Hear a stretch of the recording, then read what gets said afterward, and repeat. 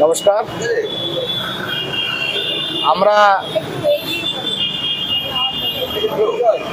SSC 2016 প্যানেলের বৈধ ও যোগ্য শিক্ষক শিক্ষিকা এবং শিক্ষাকর্মীদের পক্ষ থেকে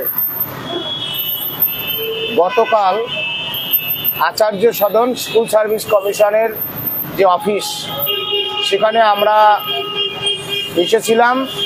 মাননীয় চেয়ারম্যান সিদ্ধার্থ মজুমদার স্যারের সাথে আমরা দেখা করি। সেখানে আমরা এসএসসি 2016 প্যানেলের যোগ্য যারা আছে তাদের নিখুঁত এবং নির্ভুল তালিকা আমরা প্রকাশ করার জন্য দাবি জানাই এবং যে ওএমআর কপিগুলো রয়েছে তার মিরর ইমেজ যা অনলাইনে আছে সেটা প্রকাশ করার দাবি জানাই। মাননীয় চেয়ারম্যান সিদ্ধার্থ মজুমদার মহাশয় তিনি জানান মিরর ইমেজগুলো আছে এবং যোগ্যদের তালিকা প্রকাশ তিনি করবেন। তখন কিন্তু তিনি জানাননি কবে প্রকাশ করবেন।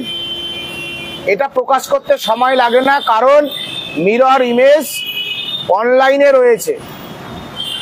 সুতরাং রাজ্য সরকার এবং স্কুল সার্ভিস কমিশন তারা যদি যোগ্যদের চাকরিটা বাঁচাতে চান তাহলে এই কাজটি করতে সেরকম সময় লাগার কথা নয়।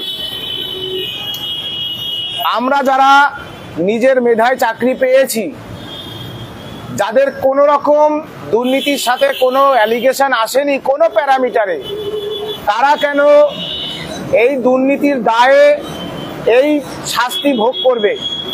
আমরা সেজন্য আন্দোলনে নেমেছি। আমরা আচার্য সদনে শান্তিপূর্ণ অবস্থান করেছি। গত রাতে আমরা ছিলাম, পুলিশ প্রশাসন আমাদের একটু ত্রিপল বেছাতেও দেয়নি। আমরা ঘাসের উপর শুয়েছি, কিন্তু আমরা থেকেছি। আমরা লড়াইয়ের একটি বীজ এখানে বপন করেছি। আজকের এই দাবিতেই যে এক্ষুনি রাজ্য সরকার এবং স্কুল সার্ভিস কমিশন যোগ্যদের চাকরিটা বাঁচানোর স্বার্থে তারা ওএমআর শিট, মিরর ইমেজ এবং যোগ্যদের নিখুঁত তালিকা প্রকাশ করুক। যতক্ষণ না প্রকাশ হবে আমরা এখানে অনশনের কর্মসূচি ঘোষণা করছি।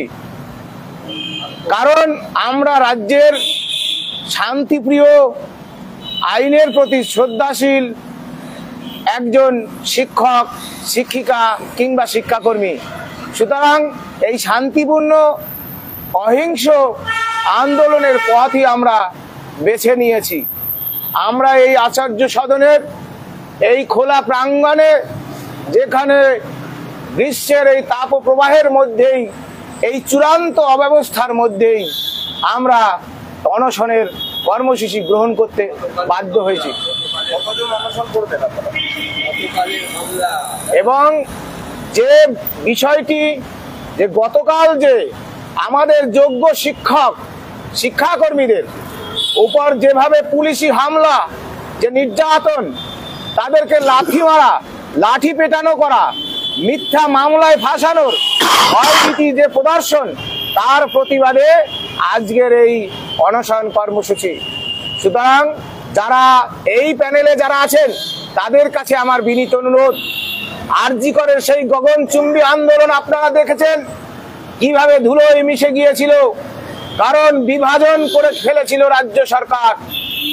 আপনারা এই আন্দোলনকে বিভাজিত হতে দেবেন না, একসাথে পথ চলুন।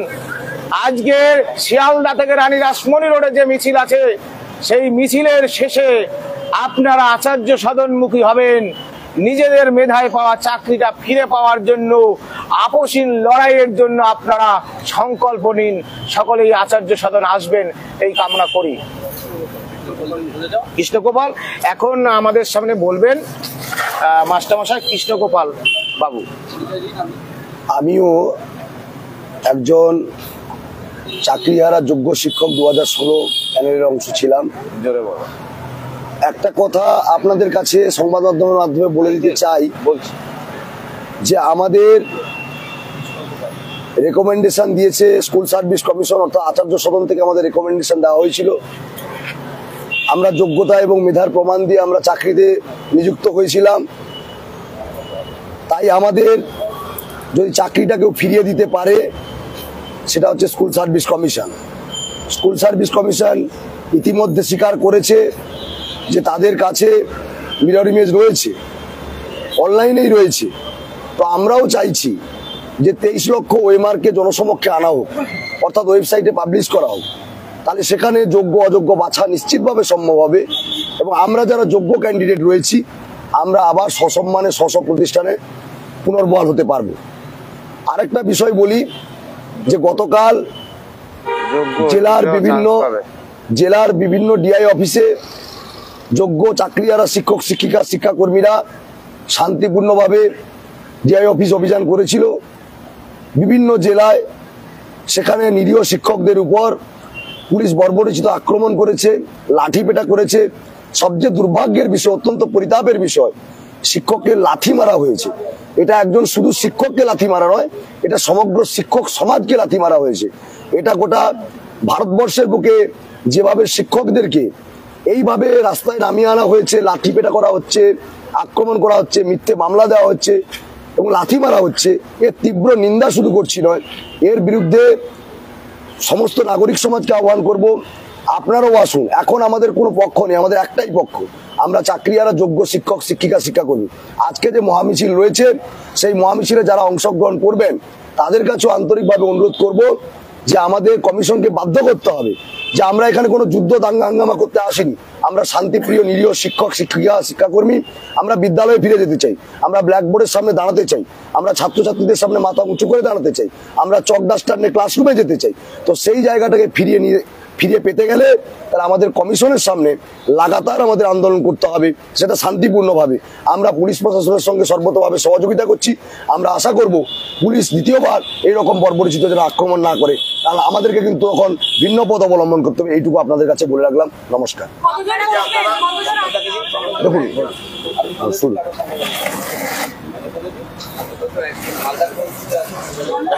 এখন আজকের আমাদের যে অনশন কর্মসূচি গৃহীত হয়েছে, প্রথম পর্যায়ে মাননীয় শিক্ষক পঙ্কজ রায় মহাশয় বসবেন এবং এটা আমাদের সকলের সম্মিলিত সিদ্ধান্ত। সুতরাং আমরা এই অনশন কর্মসূচিটাকে কিভাবে সঠিক উপায়ে বাস্তবায়িত করা যায় আপনারা জানতে পারবেন। অতীতেও আমাদের সেই ইতিহাস আছে, আপনারা জানেন। মাননীয় শিক্ষক পঙ্কজ রায় আপাতত একজন বসবেন, এই মুহূর্তে একজন বসবেন। সংখ্যাটা বাড়বে। আপনারা যে গতকাল থেকে এখানে বসে আছেন, গতকাল সাংবাদিক সম্মেলন করে বললেন যে সরকার আপনাদের পাশে আছে, সর্বতভাবে আপনাদের সঙ্গে আছে। আপনারা যে গতকাল থেকে খোলা আকাশের নিচে বসে আছেন, এসএসসির তরফ থেকে বা সরকার তরফ থেকে কেউ আপনাদের সঙ্গে যোগাযোগ করে? না, আমাদের সাথে তো কেউ যোগাযোগ করেনি। এবং আমাদের মুখ্য সচিব বলছেন যে সরকারের আমাদের পক্ষে আছে। কিভাবে পক্ষে আছে? গত 7 তারিখ, গত 7ই এপ্রিল নেতাজি ইন্ডোরে রাজ্যের মুখ্যমন্ত্রী কি বললেন? যোগ্য শিক্ষকদের, শিক্ষাকর্মীদের ভলান্টিয়ারি সার্ভিস দিতে বললেন।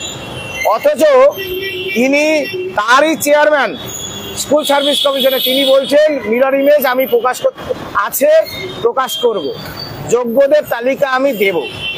এটা দিয়ে দিলেই তো বাংলার মানুষ দেখতে পায় কারা শূন্য পেয়ে চাকরি পেয়েছে, কারা ঘুষ দিয়ে চাকরি কিনেছে, কারা যোগ্য। আর যোগ্যদের চাকরিটা বাঁচিয়ে দিলেই সমস্ত সমস্যার সমাধান। এই সব কথা বলে আবারও বাংলার মানুষকে বিভ্রান্ত করার চেষ্টা করছেন। আমরা এই প্ররোচনায় পা দিচ্ছি না, সেজন্যই এখানে এই আন্দোলনে আমরা বসেছি, অনশন কর্মসূচি গৃহীত হয়েছে। হ্যাঁ, বলুন। নমস্কার, আমার নাম পঙ্কজ রায়, আমি সালাইডাঙ্গা হাই স্কুলের শিক্ষক। আমার কাছে একটাই মাত্র পথ দেখতে পাচ্ছি, যেই পথটা আমি বাঁচতে বাধ্য হলাম সেটা হলো অনশন। গান্ধীজি অনেক পদ্ধতি ছিল, সেই পদ্ধতির মধ্যে এটা একটা গুরুত্বপূর্ণ একটা পদ্ধতি, যেই পদ্ধতিটা শান্তিপূর্ণভাবে আমরা করতে পারবো এবং সেই শান্তিপূর্ণ পদ্ধতির যে অনশন সেটা আমি এখন থেকে শুরু করছি, কারণ এই একমাত্র পথ যোগ্য শিক্ষক শিক্ষিকা এবং শিক্ষাকর্মীদেরকে বাঁচানোর জন্য। আমাদের কাছে আর কোনো রাস্তা নাই। আপনাদের মাধ্যমে এটাও বলতে চাই যে আমরা যে পরিস্থিতির মাধ্যমে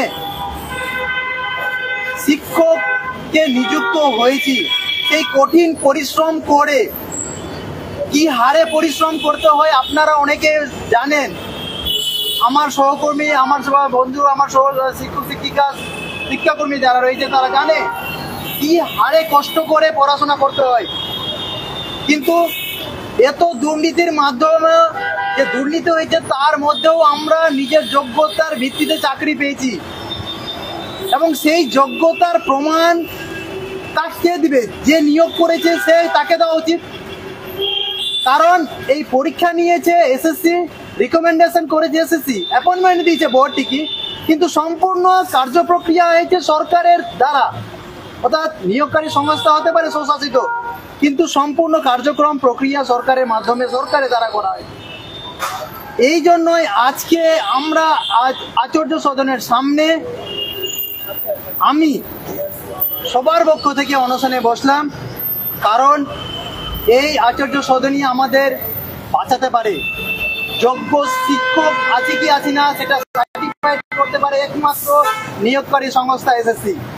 এবং কালকে আমাদের প্রতিনিধি এবং আরো একজন গেছিল, সেখান থেকে তারা জানতে পেরেছে এসএসসি চেয়ারম্যান বলেছে যে তাদের কাছে মিরর ইমেজটা আছে, আমার কাছে আছে। তাহলে ওনার কাছে যদি থাকে তাহলে সেটা কেন পাবলিশ করছে না? জনসমক্ষে অযোগ্যদের অমার্কশিট পাবলিশ করেছিল, সমস্ত 9-10 অমার্কশিট পাবলিশ করেছে, 11-12 অমার্কশিট পাবলিশ করা হয়নি।